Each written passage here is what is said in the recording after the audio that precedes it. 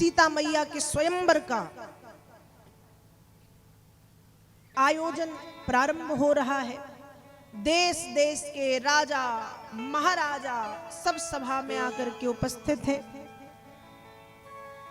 राम जी विश्वामित्र जी के साथ लक्ष्मण जी पधारे हैं। एक सुंदर और विशाल मंच पर विश्वामित्र जी के साथ राम लक्ष्मण जी को आसन दिया गया। सब मंचनते मंच एक सुंदर विशद विशाल, मुनि समेत दो बंधु तह बैठारे महिपाल।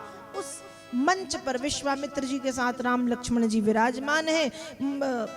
बंदी जनों ने आकर के बिरदावली गानी शुरू की और बिरदावली गाते हुए ये घोषणा करके बताया कि महान शिव धनुष पर प्रत्यंचा चढ़ा करके जो शिव धनुष को तोड़ेगा, सीता मैया उसे ही जयमाल पहनाएंगी। सीता मैया उसी को जयमाल पहनाएंगी। अब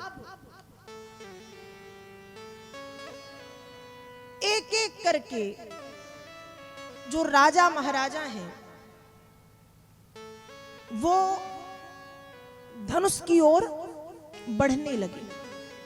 एक एक करके राजा महाराजा धनुष की ओर बढ़ने लगे। जब धनुष की ओर बढ़ रहे हैं तो धनुष को कोई छू नहीं पा रहा है, कोई छू रहा है तो हिला नहीं पा रहा है, कोई उठा नहीं पा रहा है। बड़े बड़े राजा महाराज जो बिल्कुल एकदम बैठे थे अहंकार से युक्त होके, अरे छोटा सा धनुष से छूते ही टूट जाएगा, ऐसे तोड़ देंगे, वैसे तोड़ देंगे, ये कर देंगे, वो कर देंगे, वो सब राजा महाराजा उस धनुष को हिला भी नहीं पाए। अब राजाओं की एक प्रकार से टीम बना ली उनने, समूह, कि 100 राजा इकट्ठे होकर के धनुष को तोड़ेंगे। अब जब 100 इकट्ठे होके तोड़ेंगे, पर सीता जी जयमाल तो किसी एक को पहनाएंगी। कहा पहले 100 इकट्ठे होके धनुष तोड़ेंगे और फिर जब धनुष टूटेगा तो आपस में लड़ेंगे, फिर आपस में लड़ेंगे तो जो जीतेगा सीता उसको जयमाला पहनाएंगे। ऐसी सब बातें वहां पर चल रही हैं। यहां जनक जी को क्रोध आया और जनक जी क्रोध भी आया और दुख भी हुआ। जनक जी विचार करने लगे कि मैंने ये स्वयंवर का आयोजन किया ही क्यों। जनक जी खड़े हो गए अपनी आसन से और खड़े होकर के कह रहे हैं, यदि मुझे पता होता कि भारत भूमि वीरों से विहीन हो गई है तो मैं ये शिव धनुष तोड़ने का यहां पर आयोजन ही नहीं करता। और यदि आज मैं अपने वचन को तोड़ता हूं तो ये मेरे वंश के लिए, ये मेरे कुल के लिए अच्छा नहीं है। और यदि मैं अपने वचन पर टिका हुआ होता हूं, अडिग रहता हूं, तो क्या मेरी बेटी आजीवन कुंवारी रही आई? क्योंकि यहाँ द्वीप द्वीप से, महाद्वीप से बड़े बड़े राजा महाराजा आए हैं, लेकिन कोई ऐसा मुझे नहीं दिख रहा जो इस शिव धनुष को तोड़ सके। सभी अपने अपने घर चले जाइए, भारत भूमि वीरों से विहीन हो गई। जनक जी ने ये कहा। अब जनक जी ये कह रहे हैं तो जनक जी का ये कहने का ये 2 यहाँ पर अर्थ निकलते हैं। एक तो वो राजाओं से कह रहे हैं जो बड़ा अहंकार से आकर के बैठे थे, और दूसरा वो लक्ष्मण जी से कह रहे कि भाई उठ, लक्ष्मण उठो, क्योंकि जब लक्ष्मण उठेंगे तभी राम उठेंगे। इसलिए लक्ष्मण जी को वो क्रोध दिलाने की कोशिश कर रहे हैं कि लक्ष्मण को कैसे ही तो क्रोध आए। लक्ष्मण राम जी के दंड है। लक्ष्मण कौन है? राम जी के दंड। और जब डंडा उठ जाएगा तो राम जी ध्वजा हैं। राम जी क्या है? लक्ष्मण जी डंडा है और राम जी झंडा है। यदि झंडे को फहराना है तो पहले डंडे को खड़ा करना पड़ता है। तो लक्ष्मण कौन? राम जी के दंड लक्ष्मण है। तो कहा डंडा यदि खड़ा होगा तो झंडा अपने आप खड़ा हो जाएगा। लेकिन ये खड़ा तो हो, ये तो हिल तक नहीं रहा। जमाने भर के राजा हिलने के लिए तैयार हैं, लेकिन जिनको मैं हिलाना चाह रहा हूं ये हिल तक नहीं रहे। और जनक जी ने न जाने कितनी कितनी बातें कही। अब जैसे ही लक्ष्मण जी ने सुना, तमतमाते हुए लक्ष्मण जी उठ करके खड़े हो गए। जनक जी यही चाह रहे थे, मन में जनक जी खुश हो गए कि हाँ काम बन गया। अब लक्ष्मण जी खड़े हुए और लक्ष्मण जी कह रहे, हे जनकराज, जिस सभा में रघुवंश का एक भी वीर बैठा हुआ हो, उस सभा में आपकी ऐसी बातें करना उचित नहीं है। आपने जो बातें कही हैं वो वापस ले लीजिए। जनक जी ने कहा कैसे ले लूं, मैं तो देख रहा हूं कि पृथ्वी वीरों से विहीन हो गई। लक्ष्मण जी कह रहे हैं यदि भैया की आज्ञा हो तो कंदुक एव ब्रह्मांड उठाऊं, इस ब्रह्मांड को उठा करके फेंक दूंगा, इस ब्रह्मांड को उठा के फेंक दूंगा। अब जो उस सभा में थोड़ा डरपोक राजा थे वो कहते भागो भागो भागो ब्रह्मांड उठने वाला है, भागो ब्रह्मांड उठने वाला है। तो दूसरे जो डरपोक थे वो कह रहे ब्रह्मांड उठेगा तो कहां भागोगे, ब्रह्मांड के बाहर चले जाओगे क्या। तीसरा कहता इसलिए कहा था घर चलो कुछ होने वाला है। चौथा कहता तो तेरा घर ब्रह्मांड के बाहर है क्या, ये ब्रह्मांड के बाहर पहुंच जाएगा। अब ब्रह्मांड उठेगा तो तुम्हारा घर तो उठेगा। तब कुछ राजा कह रहे हैं कि ब्रह्मांड उठेगा हम भी उठ जाएंगे, बाद में ज्यों कहते हो रख देंगे। तो लक्ष्मण जी कह रहे उठा के रखूंगा नहीं, कच्चे घड़े की तरह फोड़ दूंगा, कच्चे घड़े की तरह फोड़ दूंगा। अब कहा कच्चे घड़े की तरह फूटेगा, फिर कहा क्या है, बनाने वाले बाजू में बैठे हैं, बनाएंगे बाद में। राम जी बनाने वाले हैं ना, बनाएंगे। यदि मैं तोड़ूंगा फोड़ूंगा तो बनाने वाले बाद में बाजू में बैठे। लक्ष्मण जी ने क्रोध में तमतमाते हुए, गुस्सा करते हुए जब ऐसी बातें कही, भैया की आज्ञा हो तो ये धनुष तो बहुत पुराना है, इसको तो मैं छू दूं तो ये टूट जाए, मैं ब्रह्मांड उठा के फोड़ दूं, तोड़ दूं, ऐसा कर दूं, वैसा कर दूं। जब लक्ष्मण जी ने ये सारी बातें कही, उस समय राम जी ने आंखें दिखाई हैं कि राम जी को देख के थोड़ा सा लक्ष्मण जी सकुचा गए। और फिर यहाँ विश्वामित्र जी ने राम जी को आदेश दिया है कि राम उठो और उठ करके जनक के संताप को, जनक के शोक को, जनक के ताप को, जनक की चिंता को समाप्त करो। उठहु राम भंजहु भव चापा, उठहु राम भंजहु भव चापा, मेटहु तात जनक परितापा, मेटहु जनक परितापा, मेटहु तात जनक परितापा, मेटहु तात जनक परितापा, मेटहु तात जनक परितापा, मेटहु तात जनक परितापा। राम जी को गुरुदेव ने आज्ञा दी कि राम उठिए, अब समय आ गया है, और उठ करके जनक के संताप, जनक के कष्ट, जनक के मन की पीड़ा का हरण करो। राम उठो। गुरुदेव की आज्ञा मिलते ही राम जी उठ करके खड़े हो गए। अब राम जी को देख के सब हंस भी रहे कि ये छोटा बच्चा, ये फूल के जैसा कोमल देखने में, ये इतना नाजुक नाजुक, ये धनुष कैसे तोड़ेगा। हम तोड़ नहीं पाए, ये फूल जैसा कोमल बच्चा धनुष तोड़ेगा। ऐसी बातें वहां पर हो रही हैं। राम जी कोई किसी की बातों का फर्क नहीं पड़ रहा है। सहज ही चले सगल जग स्वामी, एकदम सहज होकर के राम जी चल दिए, आगे बढ़े हैं।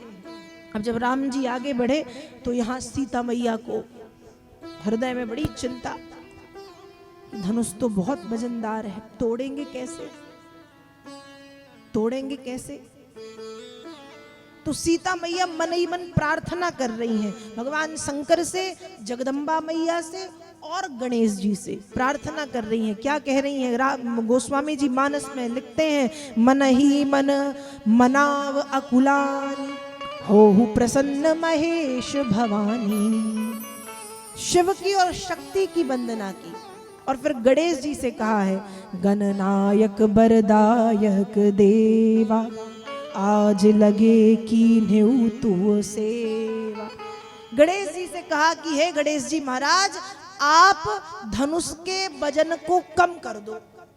अब गणेश जी ने कहा, आपने भी किससे कहा, जिसके खुद का वजन कम हो नहीं पा रहा, जो खुद के वजन को कम कर नहीं पा रहा, वो धनुष के वजन को क्या कम करेगा? आप मुझसे क्यों बोली माँ? तो सीता जी कह रही हैं, क्योंकि मैं जानती हूँ वजन कम करने में आप बड़े कुशल हैं, वजन कम करने में आप बड़े कुशल हैं। कैसे? कहा, आपका वाहन छोटा सा चूहा है, जब छोटे से चूहे पे आप बैठते हो, इतने बड़े वजन को लेके बैठोगे तो चूहा तो कब का निकल गया होता। चूहे पे वजन कम करके ही तो बैठते होगे ना, चूहे पे आप वजन कम करके ही बैठते होगे, तो वजन कम करने में आप बड़े कुशल हैं। इसलिए हे गणेश जी महाराज, मैं आपसे प्रार्थना कर रही हूं कि धनुष के वजन को कम कर दो, धनुष के वजन को कम कर दो। गणेश जी से प्रार्थना की, और गणेश जी से प्रार्थना तो की, उसके बाद जानकी जी धनुष से कह रही हैं कि भैया तुम ही अपना वजन कम कर लो, भैया तुम ही अपना वजन कम कर लो। धनुष ने जी जानकी जी से पूछा, मैं अपना वजन कम करके किस पे डालूं? जानकी जी ने कहा, ये जो हल्के हल्के राजे बैठे, राजे महाराजे बैठे ना, इन पे अपना वजन डाल दो, ये हल्के हैं, इन पे अपना वजन डालो, पर तुम कम हो जाओ। धनुष कहता, मैं हल्का होऊंगा इस बड़ी सभा में तो मेरी क्या रह जाएगी इस सभा में? तो जानकी जी ने कहा कि जो तुम्हारे वजन को उठाने के लिए आ रहे हैं, जो तुम्हारे वजन को उठाने के लिए आ रहे हैं, उनको देख करके कम से कम चिंता में अपना वजन कम कर लो, पर वजन कम करो। जानकी जी धनुष से कह रहे हैं। शंकर भगवान से कहा, पार्वती जी से कहा, गणेश जी से कहा, फिर जब मन नहीं माना तो धनुष से कह दिया कि अपना वजन कम कर लो, अपना वजन कम करो। और राम जी चले जा रहे हैं, सहजता में धनुष के पास पहुंचे, और धनुष के पास पहुंच करके राम जी ने गुरु ही प्रणाम मन ही मन कीन्हा, अति लाघव उठाई धनु ली। गुरुदेव के चरणों में मन ही मन राम जी ने प्रणाम किया, और प्रणाम करने के बाद गोस्वामी जी रामचरितमानस में लिख रहे हैं, लेत चढ़ावत खेचत गाढ़े, काहू न लखा देव सब थाड़े, तेहि छन राम मध्य धनु तोरा, भरे भुवन धुनि घोर कठोरा। गुरुदेव के चरणों में प्रणाम करके धनुष को उठा करके प्रत्यंचा चढ़ाई, और बीच में से धनुष को तोड़ दिया।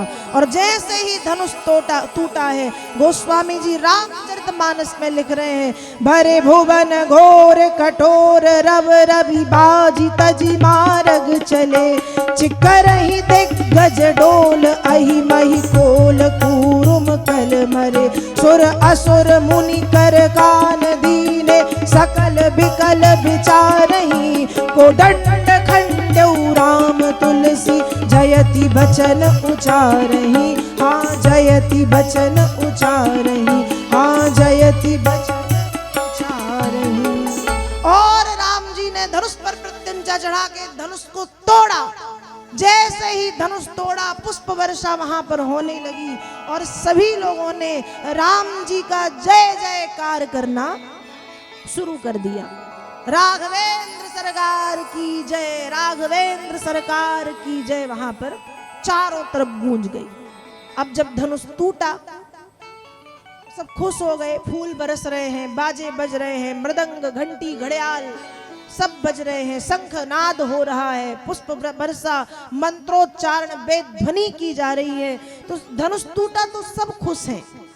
तो किसी ने धनुष से पूछा कि तुम टूटे तो सब बहुत खुश हैं, तुम तो बड़े दुखी हो गए क्योंकि तुम टूट गए। धनुष ने कहा, मैं बिल्कुल दुखी नहीं, सबसे ज्यादा खुश तो मैं ही हूं।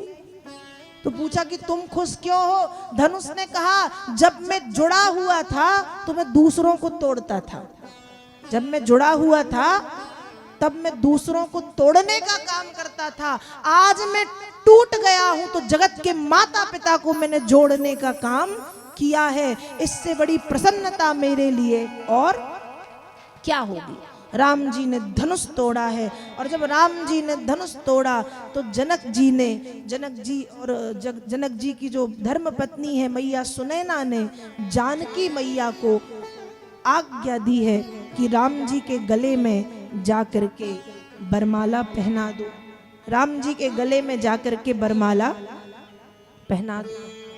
और जानकी मैया माल हाथ में लेकर के राम जी के पास जा रही है। माल जयमाल हाथ में है और जानकी जी चली जा रही हैं धीरे धीरे धीरे धीरे माल हाथ में लेकर के। यहाँ सखियों ने मंगल गान करना प्रारंभ कर दिया। सखियां गान कर रही हैं। सखियां गान करती हैं, बड़ा सुंदर भाव। श्री रघुवर कोमल कमल नयन को पहनाओ जयमाला, पहनाओ जयमाला। श्री रघुवर कोमल कमल नयन को पहनाओ जयमाला, पहनाओ जयमाला। ये पुण्य मुहूर्त स्वर्णिम अवसर फिर नहीं आने वाला, पहनाओ जयमाला। ये पुण्य मुहूर्त स्वर्णिक अवसर फिर नहीं आने वाला, पहनाओ जयमाला। श्री रघुवर कोमल कमल नयन को पहनाओ जयमाला, पहनाओ जयमाला। श्री रघुवर कोमल कमल नयन को पहनाओ जयमाला, पहनाओ जयमाला। सखियों ने मंगल गान करना शुरू किया है। हाथ में जयमाल लेकर के राम जी की ओर जानकी जी बढ़ी हैं। और जब हाथ में जयमाल लेकर के राम जी की ओर बढ़ी, सीता जी राम जी के सामने माला लेके खड़ी हैं। जैसे ही राम जी ने अब राम जी सीधे सरल हैं, इतना कुछ जानते नहीं, सिर झुकाने वाले थे कि लक्ष्मण जी ने हाथ पकड़ के दबा दिया कि आज तो झुकने नहीं दूंगा, आज यदि झुक गए तो जिंदगी भर झुकना पड़ेगा। इसलिए सरकार नाराज हो जाना, क्रोध कर लेना, लेकिन आज मैं सिर झुकाने नहीं दूंगा। अब जैसे ही लक्ष्मण जी ने कहा तो राम जी यूं खड़े हो गए, बिल्कुल सिर और ऊपर करके, कि सिर झुकाना नहीं। अब सखियां कहें क्या किया जाए।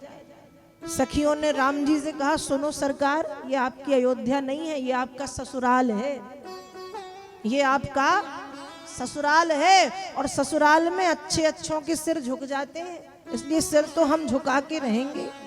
सरकार सिर तो आपको झुकाना पड़ेगा। राम जी ने और ऐसे कर लिया कि ऐसे बोलती हैं कि सिर झुकवाएंगे, मैं नहीं झुका रहा।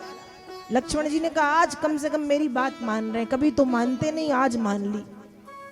भैया सिर मत झुकाना, सिर झुकाओगे तो जिंदगी भर सिर झुकाना पड़ेगा। लक्ष्मण जी भी हाथ पकड़ के खड़े, राम जी भी सिर ऊपर करके। अब सखियों ने कहा क्या किया जाए, सिर कैसे झुकाएं।